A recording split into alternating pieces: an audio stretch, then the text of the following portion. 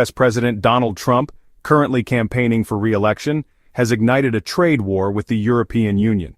His fiery rhetoric and bold policies have reignited tensions that many thought had been resolved.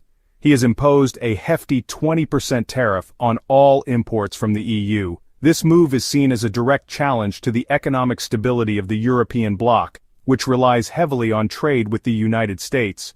This aggressive move is part of his Liberation Day initiative. The initiative aims to protect American jobs and industries by imposing strict tariffs and trade barriers on foreign goods. This initiative also includes minimum tariffs of 10% on imports from various other countries.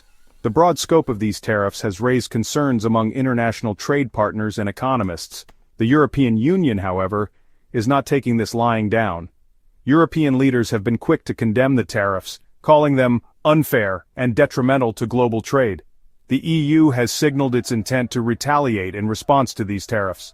Officials are exploring a range of countermeasures, including tariffs on American goods and legal challenges at the World Trade Organization. Leaders across the bloc have voiced their discontent and are preparing countermeasures.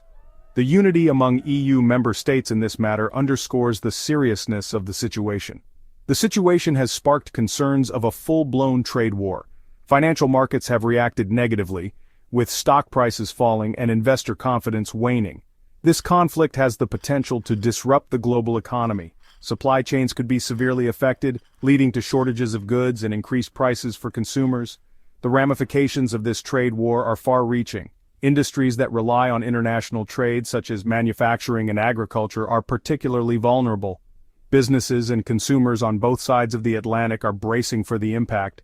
Many are worried about the long-term effects on their livelihoods and the broader economy. The situation remains fluid, with ongoing discussions and potential for escalation. Diplomatic efforts are underway to find a resolution, but the path forward is uncertain. The coming weeks will be crucial in determining the trajectory of this trade dispute. The world watches closely as the stakes continue to rise, hoping for a resolution that will restore stability to the global economy. Donald Trump's Liberation Day initiative, at first glance, might sound like a celebration of freedom. However, the reality is far more complex and concerning. This initiative, with its sweeping tariffs on imports, has been met with criticism and apprehension worldwide.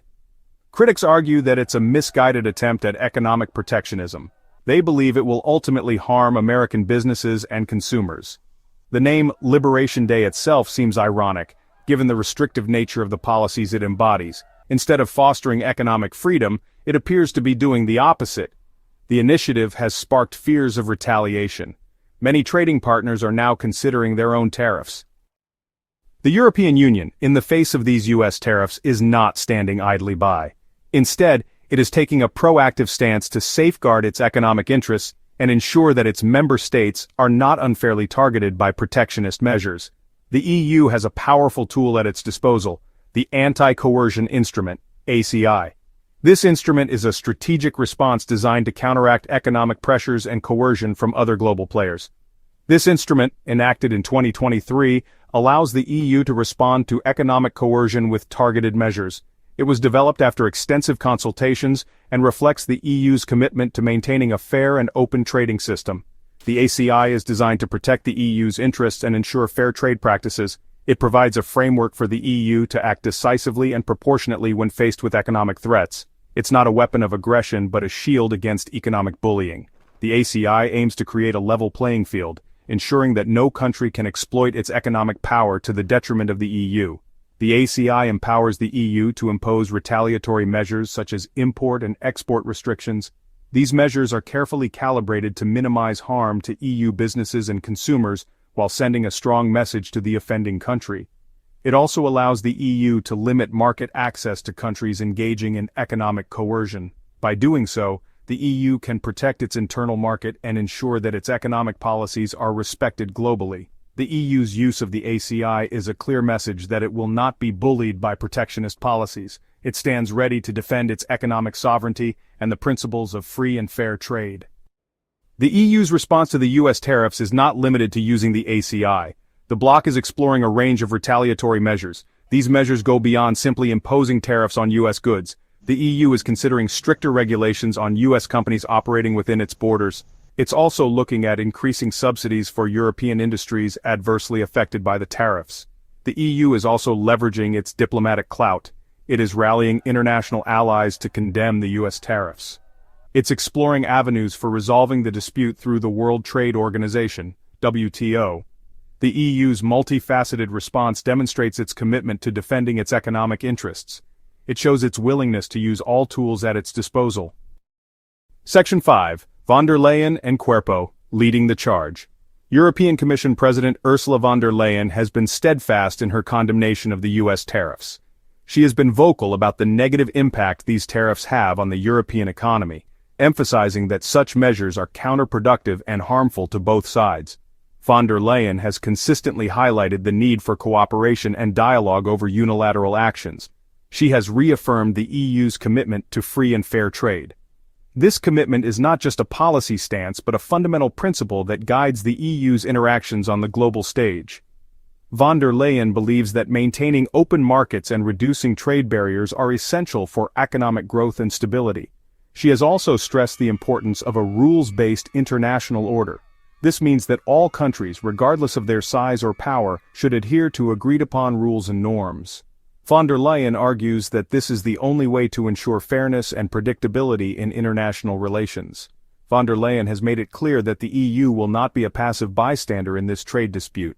She has rallied support from other EU leaders, emphasizing the need for a united front. Her leadership has been instrumental in shaping the EU's response to the tariffs, ensuring that the bloc remains firm and resolute.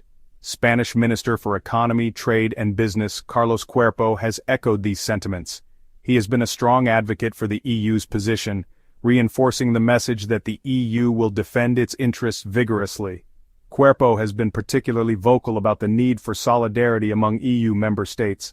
He has emphasized the EU's readiness to respond to the US tariffs with all tools at its disposal. This includes not only diplomatic efforts but also potential retaliatory measures. Cuerpo has made it clear that the EU is prepared to take decisive action if necessary. Cuerpo has stated that the EU will not be intimidated by protectionist measures. He has argued that such measures are short-sighted and ultimately detrimental to global trade. Cuerpo's stance has been one of resilience and determination, reflecting the broader EU position. He has called for a swift and amicable resolution to the trade dispute. Cuerpo believes that through constructive dialogue and negotiation, a mutually beneficial solution can be reached. His approach underscores the EU's preference for diplomacy and cooperation over conflict. Section 6. A looming crisis. Economic fallout and sector-specific impacts. The ongoing trade war between the US and the EU has raised alarms about potential economic fallout. Experts warn that tariffs on both goods and services will have a ripple effect across various sectors. This impact will be felt by both businesses and consumers. The automotive industry in particular is expected to be hit hard by the tariffs. The tariffs are likely to disrupt supply chains, leading to increased costs for businesses. This will likely translate into higher prices for consumers, further fueling inflation. The trade war comes at a time when the global economy is already grappling with uncertainties. It could potentially exacerbate existing economic woes. Section 7. The automotive industry, caught in the crossfire. The automotive industry, a major employer on both sides of the Atlantic, finds itself caught in the crossfire of this trade war. The tariffs imposed by both the US and the EU directly impact the flow of vehicles and parts.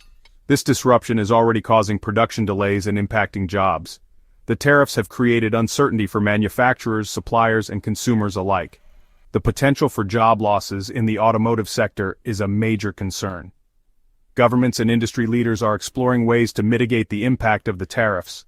However, the road ahead for the automotive industry remains bumpy. Section 8. Seeking resolution, the importance of dialogue. While the US and the EU remain locked in this trade dispute, the importance of dialogue and negotiation cannot be overstated. A protracted trade war benefits neither side. It only serves to harm businesses, workers, and consumers. It undermines the stability of the global economy.